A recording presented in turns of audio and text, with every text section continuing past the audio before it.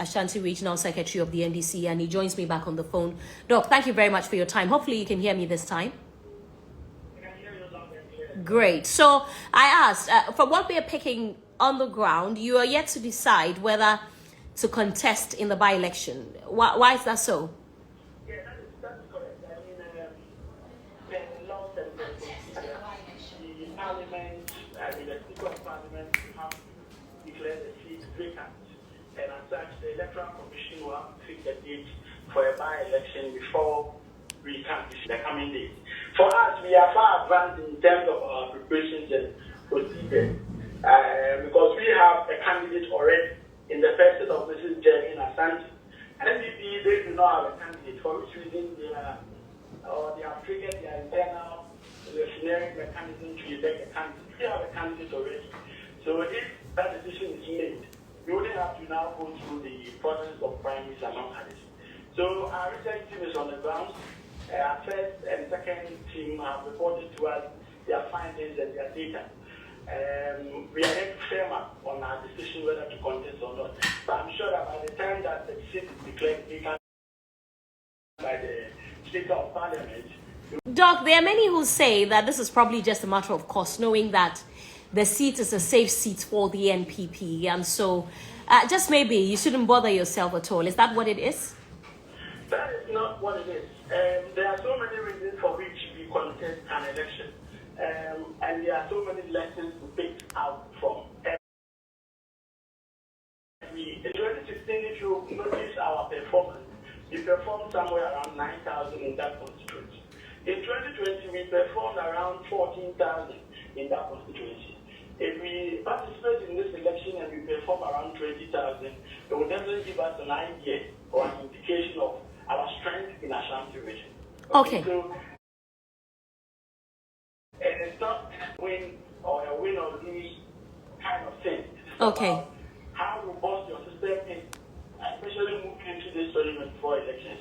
Okay. So we would consider a period of reading and firm up on the decision.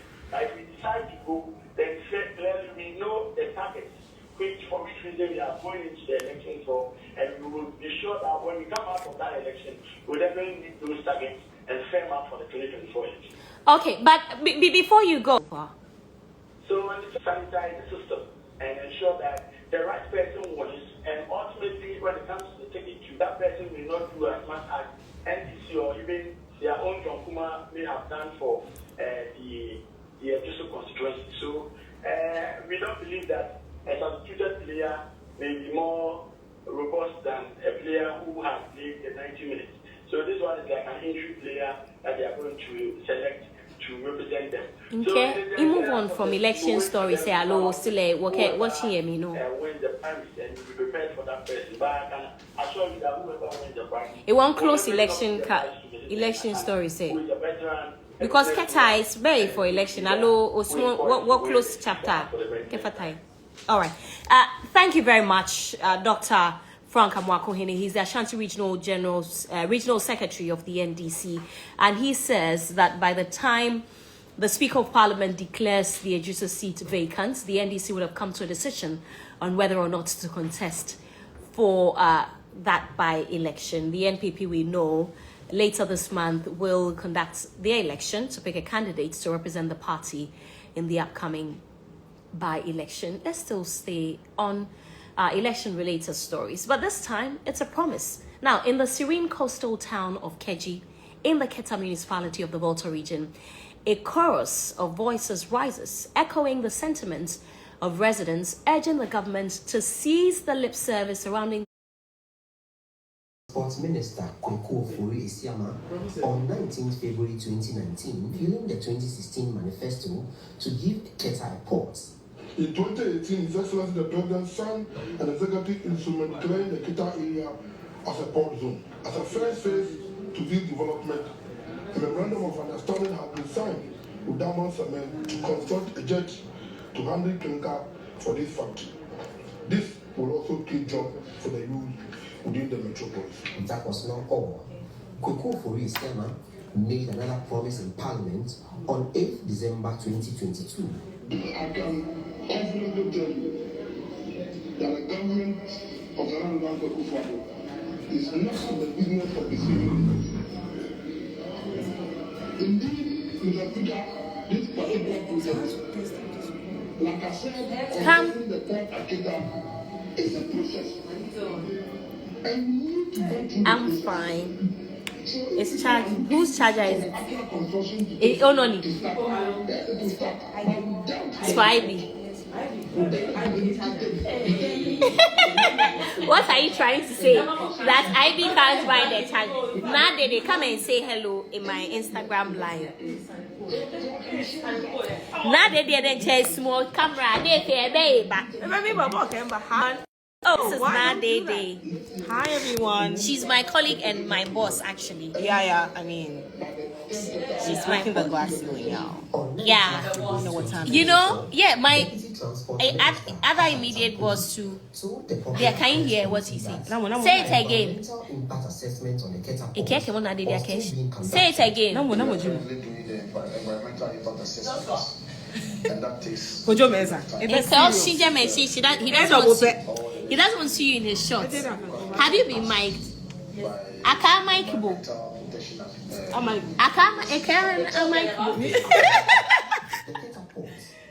No, you know, then we used to read the news as a pair. It was nice. Allow me, Male. Eh.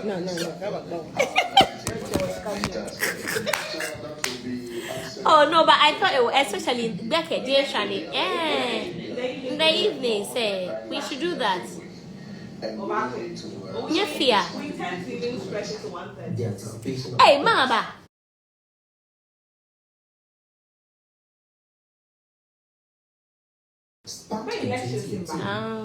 That speaks Ghana.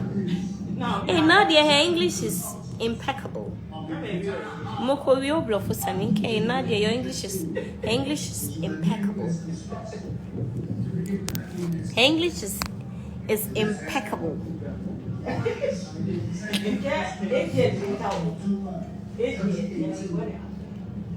Namo. Since then,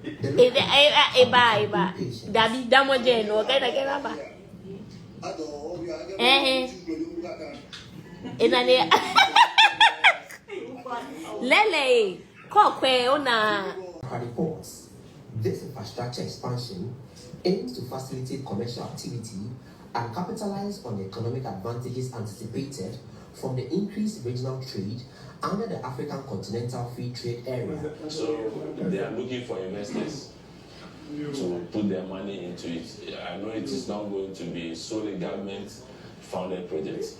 So I believe those are the reasons why the project is delayed. In November 2021, the Ghana Ports and Harbours Authority shared promising news at a stakeholders meeting in Keta, affirming the success and attractiveness of the feasibility studies conducted for the Keta Port project. However, despite the optimism generated by these feasibility studies and promises, tangible progress beyond the planning stage and land acquisition remains minimal. The stagnation of the Keta Port project carries broader economic implications. I will be glad if we can start today. Because when you listen to the view of the indigenous and a lot of people, where is she? But as I've said, the government should start. It's going to bring a lot of development. How to relocate them, and we were made to believe that fishing harbour is part of the project. So we believe they'll be taking a functional port in Keta could serve as a catalyst for job creation and socio-economic development in the region. The ongoing delay not only signifies a modest infrastructure opportunity, but also represents a substantial economic setback. Because over the years we have realized that governments and government out there have just been taking us for granted. So we are only waiting for the impact assessment to finish, submitted to EPA. If after that they don't start, then we'll see what the community can do to put pressure on the government. The perception that these projects are mere political tools rather than genuine developmental efforts is growing. I think Government is just taking us for granted. Boss. So I'm fine. I hope my trouble back. Yeah, my trouble. For us to see before some of us will die. Because if what comes to... Well, let's have a conversation on this. Kwame Jujoli Gape is Member of Parliament for Keta, and he joins us via Zoom for a conversation on this development. Honorable Member of Parliament, thank you very much for your time. Now, as MP for the area, what briefing have you received on this Keta Port project? Thank you very much, and good afternoon to your listeners. As a Member of Parliament, we have tools in Parliament that we use. Okay. And one of the tools we normally use is filing questions. So I've had a couple of questions in regards to inviting the Minister for Transport to come and answer questions on the floor of Parliament with regard to the Keta Port. Right. So in answering the questions as far back as 2021, the Minister, in his answer he provided to the House, is they are doing feasibility study as well as environmental impact assessment. And then I also asked them about the landing beach, Keta landing beach. They say it will be because of the redesigning of the port, the landing beach will be part of the Keta port. Okay. So